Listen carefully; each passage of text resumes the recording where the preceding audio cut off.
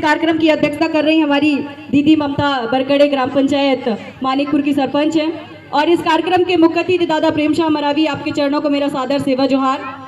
आज मैं मातृशक्ति, पितृशक्ति और मेरे युवा साथी और जो हमारे गोंडवाना के भविष्य बच्चे हैं, मैं आपको सामूहिक रूप से सेवा जोहार करूंगी। और एक विशिष्ट, मैं जिनको दिल से सेवा जोहार करना चाहती हूँ और आज यहाँ जितना मैं गौरवान्वित महसूस कर रही हूँ उनकी वजह से कर रही हूँ, ऐसे फौजी भाइयों की टीम को मैं बारंबार जोहार करती हूँ। देखिए, मेरी लड़ाई जो रहती थी ना, शिक्षित और जो अभी के साक्षरता वाले लोग हैं जिन्होंने थोड़ा बहुत पढ़ लिया है और हमारे समाज को भूल गए। मैं जहाँ भी जाती थी मुझे ऐसा लगता था शिक्षा का महत्व कैसे होगा।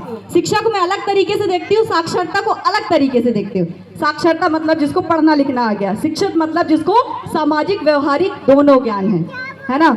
तो यहाँ जो गौरवान्वित करने का जो विषय है वो ये है कि आज हमारे सबसे शिक्षित जो समाज के हमारे आजी नानी और हमारे जो पुरखे, हमारे जो दादी लोग हैं वो यहाँ पर हैं। और आज के सबसे ज्यादा साक्षर कहने वाला या कहा जाने वाला समाज जिसको गौरव महसूस करना चाहिए वो लोग यहाँ पर विराजमान हैं। तो आपके समाज को कुछ लोग जो कह देते थे कि ये लोग पढ़े लिखे नहीं हैं, ये लोग अनपढ़ हैं, ये पुराने जमाने के लोग हैं, उनको इन लोगों से सीख लेनी चाहिए और आज से मुंह बंद कर लेना चाहिए कि हमारे पढ़े लिखे लोग हमारे समाज को बर्बाद कर रहे हैं। हमारे समाज को वो हमको ज्ञान भी दे रहे हैं, शिक्षा भी दे रहे हैं और आपको बता भी रहे हैं कि संस्कृति को कैसे जीवित रखना है। इसलिए उनके लिए एक बार ताली बजाइएगा, है ना। हमारे पंच से लेकर, सोचिए, ग्राम पंचायत के पंच, सरपंच से लेकर आप डिप्टी कलेक्टर देख रहे हैं और देश के उस सीमा पे तैनात हमारे आदिवासी भाई हैं, हमारे गोंड भाई हैं। तो इससे बड़ा शिक्षित समाज कोई होगा क्या? है क्या कोई? नहीं है ना। तो आपको अगर कोई कह दे कि आप लोग पढ़े लिखे नहीं है तो ऐसे डिप्टी कलेक्टर हमारे दादा हीरा सिंह बरकाम जी का नाम लीजिएगा और हमारे फौजी भाइयों का नाम लीजिएगा, हमारे प्रोफेसर साहब का नाम लीजिएगा, है ना। तो आपको लेना पड़ेगा, आपको बताना पड़ेगा कि हम अनपढ़ हैं, शिक्षा भी है और आप उसके साथ साक्षरता भी जुड़ गई है, जिसको संविधान का ज्ञान भी है और आपसे कोई हक अधिकार छीन नहीं सकता है। ठीक है। अब हक अधिकार की बात आ रही है तो मैं 5वीं अनुसूची, पैसा कानून, 6ठी अनुसूची, इन सब पे बात कर लेते हैं क्योंकि यही इसी का माहौल चल रहा है ना। इसी का माहौल कैसा चल रहा है कि अभी जो है आपको सरकार ने सारे नियम कानून आपके हाथों में दे दिया है, आपकी ग्राम सभा को सौंप दिया है, बोला है कि आपको जैसे आपके राजा महाराजा चलाते थे और उनके जो गढ़ी गढ़ा थे, उनके जो किले महल थे, वहां कैसे राज करते थे, उन्होंने अपने क्षेत्र में कैसे राज किया, उस गोंडवाना धरती में कैसे राज किया, है ना, वैसे आप अपने गांव में शासन चलाइए। लेकिन आपको पता है कि उन्होंने पैसा कानून 5वीं अनुसूची के लिए क्या नियम रखे हैं, क्या पाबंदियां रखी हैं कि अगर आपको इसके तहत अगर पैसा कानून दिया जा रहा है तो आपको क्या करना पड़ेगा और क्या नहीं करना पड़ेगा। तो पहले बात कर लेते हैं क्या करना पड़ेगा। आपको पता है, आपको ये जो अनुसूचियां दी गई है सरकार की तरफ से, आपको विशेष महत्व दिया जाता है, आपको बहुत सारी सुविधाएं दी जाती हैं, आपको राशन दिया जाता है, आपको बहुत सारे आयुष्मान कार्ड, संबल कार्ड, पता नहीं कौन कौन सी विभिन्न योजनाएं दी जाती है। आपको क्यों दी जाती है? क्यों दी जाती है? किसी और को क्यों नहीं दिया जाता? आपको विशेष क्यों बनाया जाता है? पूरे विश्व में आपको बोला जाता है कि आप विशेष हैं, आपकी संस्कृति की वजह से, आपकी परंपरा की वजह से, आपके जो आजी पुरखे, आपके जो आजी दादी हैं, आपके जो आज जो काको होंगे, अक्को काको, उनकी जो परंपराएं थे, उनके जो नाच गान, उनके जो गीत गायन थे, उनके जो वाद्य यंत्र थे, उनके जो मांदा टिमकी थे, इनका ज्ञान सिर्फ आपको है और इस ज्ञान को इस दुनिया में जीवित रखने के लिए आपको सरकार या विश्व विशेष पहचान देती है, आपको अलग से पहचान दी जाती है ना। तो इनको कैसे बचाना है? इनको आपको कैसे बचाना है? आपने पैसा कानून ले लिया, आपने ग्राम सभा में आपके समिति के अध्यक्ष हो गए, सचिव हो गए, तो क्या इससे आपकी संस्कृतियां सुरक्षित है? आपकी परंपराएं बच पाएंगी? कैसे बचेंगी? आपको उसको कागज पे नहीं, कागज मतलब समझ रहे हैं, सरकार को क्या चाहिए? कागज चाहिए ना। आपसे आदिवासी होने का, आपसे गोंड होने का, इस धरती का मालिक होने के लिए वो सबूत मांगते हैं और आपको सबूत देना पड़ेगा, पर आपके पास कुछ सबूत देने लायक होना चाहिए हाथ में, क्या होगा वो? कागज।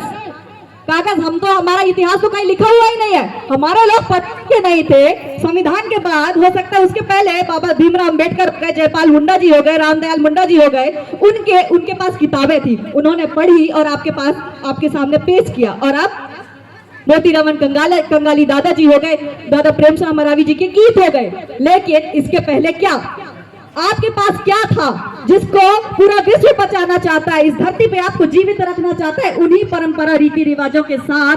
तो फिर वो अभी तक आपको कैसे पता है कि ये हमारे हैं? क्या सबूत है आपके पास में? कागज जला दिया जाएगा, खत्म हो गया कागज, बांस खत्म हो जाएंगे, पेड़ पौधे खत्म हो जाएंगे, चलो कागज भी खत्म हो गया, आपका सबूत खत्म हो गया। ठीक है, अभी सोशल मीडिया का जमाना है, तुरंत कोई कंटेंट आया, उनको, सरकार को अगर ऐसा लगा कि ये हमारे खिलाफ कुछ कह रहे हैं, ये अपने हक और अधिकार की आवाज उठा रहे हैं, उसको डिलीट कर दिया जाएगा, वो लोगों तक पहुंचने नहीं दिया जाएगा, वो भी खत्म। आप क्या करेंगे? आप कैसे जीवित रखोगे? तो क्या हमारी संस्कृति, हमारी परंपरा और हमारे जो रीति रिवाज हैं वो केवल आज की तकनीक के लिए है कि मोबाइल अगर खत्म हो गया तो सोचिएगा क्या आपका समाज खत्म हो जाएगा? आपके नाच गान खत्म हो जाएंगे? नहीं होने चाहिए ना। हम जीवित टेक्नोलॉजी की वजह से नहीं है कि हमारे पास स्मार्टफोन है और हमने नाच गान देख लिया, हमने यूट्यूब पे कुछ देख लिया, फेसबुक पे हमने किसी का पोस्ट देख लिया, किसी अच्छे समाज सेवी के कार्य देख लिए, तो क्या हमारा समाज जीवित है? आपके मोबाइल खत्म हो जाएंगे, आपके कागज खत्म हो जाएंगे, उसके बाद भी आपका समाज इस धरती पर जीवित रहना चाहिए, और वो जीवित रहेगा आपकी संस्कृतियों की वजह से, जो आपके आजी और नानी ने आपको सिखाया है, आपके दादियों ने सिखाया है। उनको पता है कि मांदर की ताल में उनको कैसे नाचना है, उनको पता है कि टिमकी कैसे बजाना है, उनको पता है कि नाचते नाचते कैसे गाना है, और गीत के साथ, गीत गायनों के साथ उनको आपके जो इतिहास है वो अपने बच्चों को कैसे बताना है। और ये इतिहास आपको इसीलिए पता है कि हमारा इतिहास है और आप गौरव करते हैं क्योंकि आपके आजी नानी ऐसे ही गीत गायनों के माध्यम से आपको सिखाया करते थे, जब आपके पास ये मोबाइल फोन नहीं हुआ करता था, टीवी नहीं हुआ करता था कि आप कोई बताए आपको कि आपकी संस्कृति है। सही है ना? अभी आजी नानी कितने आप आजी नानी जिनका हाथ में गोदना है, गोदना वाली आजी नानी, बहनी, हाँ बहनी भी उठा सकते है ना, बाकियों के पास क्यों नहीं है? फिर कौन सा पैसा कानून, कौन सी 5वीं अनुसूची, कहाँ की संस्कृति है? जो जिक्र के पास में है, पता चले वो अगर खत्म हो गए उसके बाद क्या?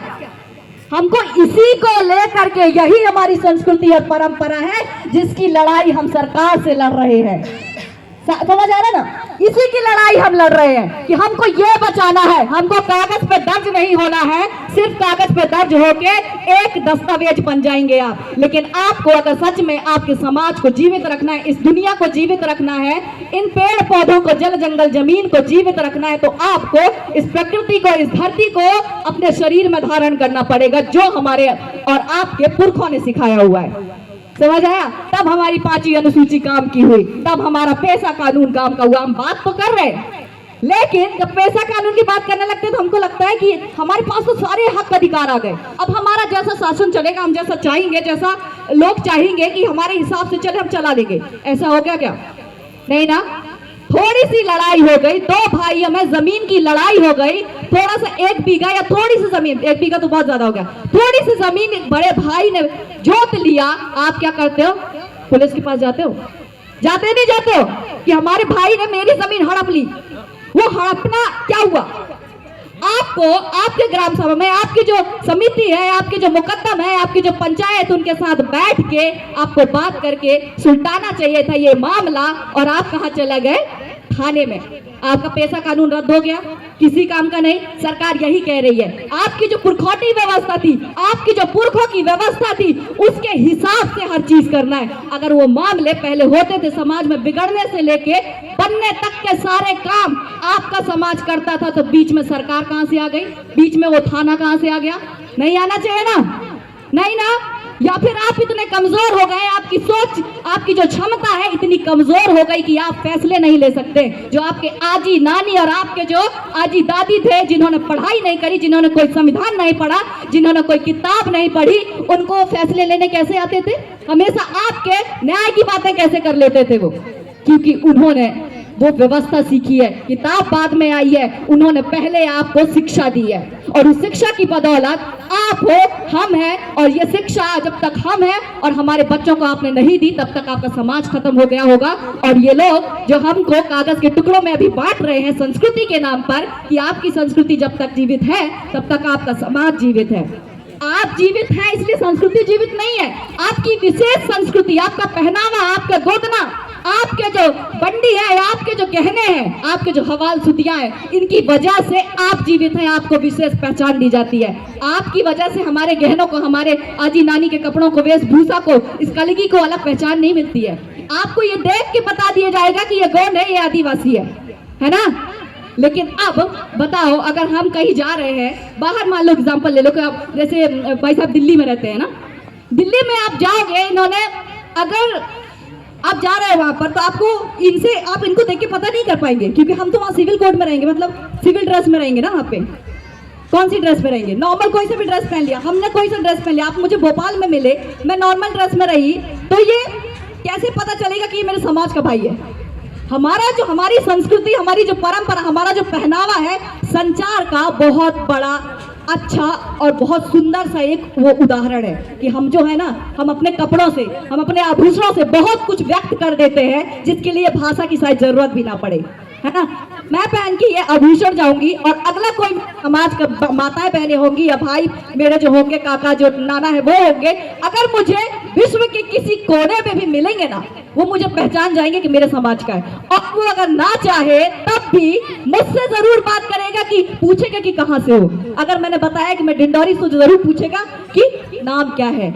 जब मैं बताऊंगी कि मैं संगीता प्रेम श्याम मरावी हूँ, तो उसको समझ आ जाएगा मेरा टोटम जो है वो बेल है, मेरा टोटम जो है वो नाग है, मतलब हम नाग वंशी मरावी है, गढ़मंडला वाले हैं। और ऐसे करके मैं उनसे बात करने लगूंगी, मतलब इनको पता है। पता कैसे? मेरी जानकारी अगर इन्हें है, मतलब ये भी मेरे समाज का है ना। तो बातचीत अपने आप चालू हो गई ना, संचार अपने आप चालू हो गया ना। तो मेरे जो आभूषण, मेरी जो संस्कृति परंपरा है, वो केवल दिखाने के लिए नहीं, ये संचार का भी बहुत बड़ा माध्यम है। और इसको सरकार बचाना चाहती है, इसको विश्व बचाना चाहती है। समझ आ रहा? ये बचाने की कोशिश चल रही है। आप जब बात कर रहे हैं कि हमारा टोटम ये है, हमारी ये है, तो ऑटोमेटिक हमारे रिश्ते बनते जाएंगे वहां। अगर कोई तेकाम होगा, अगर कोई मरकाम होगा, अगर एज में जो उम्र में है, मेरे पिताजी से बड़े होंगे, तो कहेंगे मैं आपका नाना हूँ। यहाँ रिश्ता बन गया हमारा। आपको बताने की जरूरत पड़ी नहीं ना। तो ये सुंदर व्यवस्था कहाँ मिलेगी?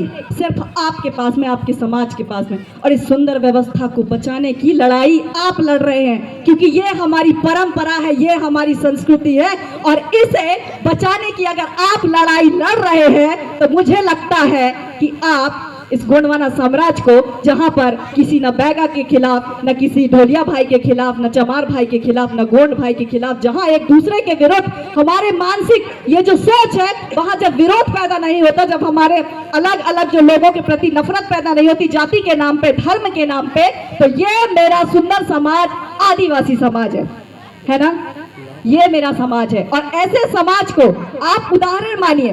फौजी भाई हमारे हैं, सीमा पे जब खड़े होते हैं, तो क्या वो ये देखते हैं कि मुझे रक्षा सिर्फ वो आदिवासी भाई की करनी है?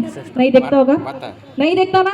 अगर कोई मुसलमान भाई वहां पर तैनात है सीमा पे, तो ये देखेगा कि सिर्फ वो मुसलमान की रक्षा कर रहा है। वो इस देश में रहने वाले समस्त प्राणियों की, जीव जंतु, पशु पक्षी और इंसानों की, यहाँ तक कि इस धरती की रक्षा कर रहा है, बिना भेदभाव और बिना नफरत की। तो सबसे बड़ा समाज सेवी अगर आप कहोगे, देशभक्ति को छोड़ के अगर समाज सेवी कहोगे ना, तो इन फौजी भाइयों से बड़ा इस दुनिया में कोई नहीं है। जिसको नहीं पता कि समाज में जाति क्या होता है, धर्म क्या होता है, भेदभाव क्या है, उसको सिर्फ ये पता है कि ये धरती है और इस धरती में रहने वाला हर मानव मेरा भाई है। और ये जो भाई है ना, भाई भतीजा, ये जो बहन वाला जो रिश्ता है ना, वो आपका समाज सिखा के उन्हें भेजता है। उन्होंने जो देश में रक्षा करने वाले लोग जो सीमा पे तैनात हैं, वो भी यही सोचता है, हम केवल अपने समाज की, केवल अपनी जाति की, केवल अपने परिवार की रक्षा की बात करते हैं, सुरक्षा की बात करते हैं। उनसे पूछिए, जब वो ऐसे कई परिवारों को, ऐसे कई समाजों को वहां सीमा पे खड़े होकर आपकी रक्षा के लिए वो कुर्बानी देने तक के लिए तैयार हो जाते हैं, तो इनके लिए एक समाज बनना तो बनता है ना, बनेंगे ना। भेदभाव छोड़िए, जाति पाति छोड़िए, धर्म छोड़िए, क्योंकि आपको बोल दिया जाएगा कि आप अलग अलग हैं, लेकिन जब लोगों को यहाँ आपसे वोट चाहिए होगा, आपकी संस्कृति के नाम पे आपको ऐसे नचा के, आपको गवा के, आपको किसी ना किसी तरीके से वो अपने पाले में कर लेंगे और आपकी संस्कृतियां यही मर जाएंगी। क्योंकि अभी वो विकास यात्रा चल रही है हमारे मध्य प्रदेश में, तो क्या हो रहा है, विकास यात्रा में कुछ राजनीतिक पार्टियां तो वो अपना प्रचार प्रसार कर रहे हैं। अच्छी बात है, आपने काम किया है, आप सरकार है तो जाहिर सी बात है आप काम करेंगे, आपके पास में शासन है, आपके पास में सत्ता है। लेकिन मुझे दुख बहुत होता था कि अभी तक ना जितने भी कार्यक्रमों में मैं गई हूँ, मैं शामिल हुई हूँ, तो वहाँ क्या होता था कि हमेशा बच्चे जो रिकॉर्डिंग गानों में डांस करते थे, लेकिन यहाँ जो हमारे इन सियानों ने जो डांस किया है, और सिर्फ डांस नहीं किया है, उन्होंने मांदा टिमकी के साथ में नाचा भी है और उसी ताल में वो गाया भी है, लेकिन किसी की आवाज या किसी की सांस आपने फूलते देखी है क्या? नहीं।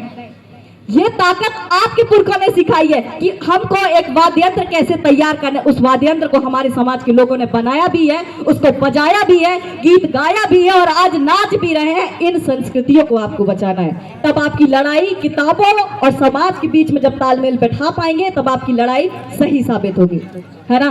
अब हमारी मातृ शक्तियां हैं, ये खाना नहीं है क्या? यहाँ पर खाना है ना, तो फिर जा क्यों रहे? मतलब ऐसा मुझे लगा कि खाना बनाना होगा हमारी माताओं बहनों को। नहीं दाई, मैं बता रहा हूँ ना, तनक देर में अभी पेज भाजी की यहाँ व्यवस्था हवे कह के, पेज भाजी खाए पी के जाओ, अगर दूर बारे हो ने तो तनक देर रुक जाओ, फिर शुरू करवा देता नोथी कने झे जा हो अभी ना, अगर तीर में रहो थी कने तब तो ठीक है, लेकिन घर झे भगो जब तक कि पेज नहीं पी हो तब तक व्यवस्था है यहाँ पेज भाजी की। इसलिए आप लोग पेज भाजी सुन पी खाए के जाओ, और जो बात हमारे समाज के लिए, जो हमारी महिलाओं के लिए, जो हमारी संस्कृति के लिए जो बातें हमें सुनने को मिल रहा है ना, ये चीजें नहीं मिलती हैं, आज नहीं मिलती हैं।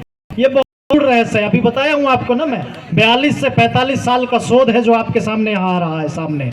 ये शोध कोई नहीं बताता है, इसलिए सुन लीजिए इसको, बहुत गूढ़ रहस्य है हमारे समाज के बारे में, नियम कानून के बारे में, जानकारी के बारे में, इसलिए सुनो इसको। बहुत बहुत सेवा। अगर रुचि आ रहा हो कि हाँ ये हमारे काम की चीजें हैं, हमारे बच्चों के लिए काम आ सकते हैं, हमारे भविष्य के लिए कुछ काम की चीजें हैं, तो आप लोग बैठ जाएं। क्योंकि देखिए अभी मैंने बोला कि सोशल मीडिया और ये जो किताबें अगर खत्म हो जाएंगी ना, उससे मुझे एक चीज याद आई है अभी कि हमारे जो रीति रिवाज परंपराएं हैं उन पे दूसरे लोगों का विशेष आकर्षण हो रहा है। वो हम पर फिल्म बना रहे हैं, हमारी जो दशाएं, हमारी जो परंपराएं उनको दुनिया तक पहुंचा रहे हैं कैमरे में कैद करके। और ऐसी ही शुरुआत हम लोग कर रहे हैं, क्योंकि मैं मीडिया से हूँ और मेरे पति युग हुई के वो भी मीडिया से हैं और एक अच्छे फिल्मकार हैं, और उन्होंने दादा प्रेम शाह मरावी की मदद से एक फिल्म शूट किया है, डॉक्यूमेंट्री है ये, जो 2 भागों में है। प्रेम शाह मरावी ऑफिशियल के नाम से एक चैनल है, यूट्यूब पे आप सर्च कर सकते हैं, जोत जवारी करके। तो आपकी जो अभी चैत्र पूर्णिमा में जो मरती में जो शुरू होने वाली है जोत जवारी, उसके ऊपर वो फिल्म है और उस फिल्म को अंतरराष्ट्रीय स्तर पर अवार्ड मिल चुका है। तो आप लोग इस बात के लिए बहुत गौरव महसूस कर सकते हैं, क्योंकि आज तक दूसरे लोग हम पर फिल्म बनाते थे और यही हमारी कमजोरी रही है कि जितना बाहर के लोगों को हमारी चीजें समझ में आई, उन्होंने अपने तरीके से उन चीजों को दुनिया के सामने रखा, वो चाहे गलत हो चाहे सही हो। लेकिन अब हमारे लोगों ने हमारे तरीके से, हमारे पुरखों के तरीके से किताबें लिखना भी चालू कर दिया है और फिल्म बनाना भी चालू कर दिया है। तो ये बहुत अच्छी चीज है। और आपको हमारी जो युवा पीढ़ी है, जो हमारी नई पीढ़ी आने वाली है, हमारी जैसे सरकारी नौकरी हो गए कि किसी को शिक्षक बनना है, किसी को डॉक्टर बनना है, किसी को इंजीनियर, किसी को सीमा पे जवान बनना है, लेकिन अब अगर एक अच्छा जो अपॉर्चुनिटी आपके पास में, एक बड़ी जो अवसर है, वो ये है कि आप मीडिया के क्षेत्र में भी जा सकते हैं। जिसको इंटरेस्ट हो फोटोग्राफी का, जो बनाना चाहते हैं, जो वीडियोस बनाना चाहता है, वो मीडिया भी बहुत अच्छा उनके लिए ऑप्शन हो सकता है। क्योंकि मैं मीडिया से, जैसा सर बता रहे थे परस्ते जी की, भोज मुक्त विश्वविद्यालय जो है, आप जो है डिस्टेंस एजुकेशन जो होता है वो ओपन से वो भी कर सकते हैं। मैं उसी यूनिवर्सिटी में असिस्टेंट प्रोफेसर रह चुकी हूँ और इसलिए मैं आपको बता रही हूँ कि एक मीडिया बहुत अच्छा ऑप्शन हो सकता है आपके लिए, क्योंकि अब जो है वो मीडिया का ही जमाना आने वाला है ना। तो मीडिया का जमाना आने वाला है और आप लोग सबसे ज्यादा मीडिया पे ही एक दूसरे से जुड़े हुए हो। तो मैं चाहूंगी कि अगर आपके पास ऐसा कुछ लग रहा है, आपको कोई रुचि हो इस क्षेत्र में, तो मेरे से कांटेक्ट भी कर सकते हैं, नेट की परीक्षा के लिए भी कांटेक्ट कर सकते हैं, क्योंकि मैंने नेट क्वालिफाई भी किया हुआ है। तो ये चीजें आप बच्चों के लिए हो गई। लेकिन अगर अभी जो आपका डॉक्यूमेंट है डॉक्यूमेंट का मतलब ये नहीं होता कि आपने सिर्फ उसको कागज में रखा हुआ है। डॉक्यूमेंट का मतलब होता है आपने कोई नई जानकारी जो आपके बीच की सही जानकारी है उसको किसी एक प्लेटफॉर्म या फिर एक डॉक्यूमेंट के तरीके से, एक दस्तावेज के जैसे आप उसको सुरक्षित रख सकते हैं, जो आपकी पीढ़ी के लिए, आने वाली पीढ़ी के लिए अच्छा कारगर होगा। क्योंकि अब जो है वो सबूत का जमाना हो गया है, और जब तक आप सबूत देंगे तो आपके लिए, सबूत के लिए जो है कुछ ना कुछ आपको बचा कर रखना होगा, बता कर रखना होगा। हमारी आजी नानी चली जाएंगी, हमारे दादी चले जाएंगे, जो कर्मा, जो ये सेला नाचते हैं वो बताने वाले चले जाएंगे। तो आप बताकर या उनसे सुनकर, उनसे सीख रहे हैं तब तो अच्छी बात है, और नहीं सीख पा रहे हैं तो आपको अभी से कम अपने बच्चों के लिए कुछ तैयार करके रखना पड़ेगा, कम से कम। तब जाके आपके बच्चों को जो है आने वाली जो स्थिति है, आपके आने वाला जो भविष्य है, उसमें जो खतरा मंडरा रहा है उसके लिए कुछ ना कुछ सहयोग मिलेगा और हेल्प मिल पाएगी, है ना। अभी जो आपकी परंपराओं की बात चल रही थी, अभी नाच गाना हो रहे थे, उसमें भी बहुत सुंदर सुंदर उन्होंने कर्मा सेला किया। अब शादी का माहौल चल रहा है यहाँ पर, है ना। शादी के माहौल में एक चीज विशेष रूप से मैं बताना चाहूंगी। अभी मेरे गांव में मेरी अनुपस्थिति में डीजे लगा लिया गया था, जो शायद आपकी संस्कृति का हिस्सा ना रहा हो। हमारे जो पुरखे हैं वो बताएंगे, इसलिए कह रही हूँ क्योंकि आजकल के बच्चे जो है वो उसको अपनी संस्कृति का हिस्सा मानने लगे। उनको लग रहा है कि गोपी गाने में डांस कर लेंगे, गोली गाने में जो है हम नृत्य कर लेंगे तो वो हमारा जो है परंपरा बन जाएगी। ऐसा नहीं है। आपको आपके जो गीत गायन है उनको भी बचाना है, आपके जो मांदा टिमकी है उनको भी बचाना है। और जो शादी है स्पेशली, अभी क्या हो रहा है कि बच्चे अंदर कुछ और चल रहा है, आपके जो डीजे है उसमें नाच गान कुछ और चल रहा है, उसका मतलब कुछ और निकल रहा है, आपके गानों का मतलब कुछ और निकल रहा है। लेकिन आपको 5 मिनट के लिए सिर्फ मजा आना चाहिए। और हमारा समाज इसी मजे के चक्कर में आपकी जो परंपरा है, आपके जो आजी नानी, आपके जो पुरखों ने बनाया हुआ, आपके दादी ने जो बनाया हुआ था, उसको हम खत्म करते जा रहे हैं। और इसको हम भी मना नहीं कर रहे हैं इसलिए क्योंकि हमको लग रहा है कि वो पढ़े लिखे हैं तो शायद इनको हमसे ज्यादा पता होगा। तो अभी मेरे गांव में मेरी अनुपस्थिति में डीजे लाया गया था, जब तक मैं थी तब तक नहीं बजाया। और क्या हुआ कि जब जैसे लगन छुटौनी का काम हुआ उसके बाद में बच्चे बाहर उसको डीजे वाले को बोलने लगे कि आप गाना जो है लगा दो और कुछ भी हम डांस करेंगे। वो गाना आपके आदिवासी भाषा में होना चाहिए, क्षेत्रीय भाषा में, फिर वो कुछ भी हो। तो इन्होंने ये किया, मैं दूर से खड़े होकर देख रही थी और मुझे सोना था क्योंकि पंचायत का भी काम करना था। तो मैं गई, मैं खड़े होकर वहीं से देख रही थी। 3-4 लोग और थे मेरे मोहल्ले के, जो मुझे समझ गए कि दीदी आ गई है, तो धीरे धीरे करके वो बैठते जा रहे थे। लेकिन जो बाहर से आए हुए बच्चे थे वो अभी भी लगे हुए थे। मैंने बोला चलो ठीक है। फिर मैं 5 मिनट बाद गई, डीजे वाले को बंद कराया। मैंने बोला कि यहाँ पर जिसको जिसको बिरहा आता हो यहाँ खड़े हो जाए, है ना। तो गाना क्या होता है, शादी में गाना ऐसे ही गा के हम नाचते हैं ना। हमारी संस्कृति सिर्फ नाचने का नहीं है, गाने का भी है और बजाने का भी है, सही है ना। तो मैंने बोला आप जिसको अगर बिरहा आता हो यहाँ पर आ जाए, मैं 5 गाने आपको सुनने दूंगी और नाचने दूंगी, आप नाच लेना जितना मर्जी हो, उसके बाद हम बंद करवा लेंगे। एक बच्चा हमारा नहीं आया सामने कि मुझे बिरहा आता हो।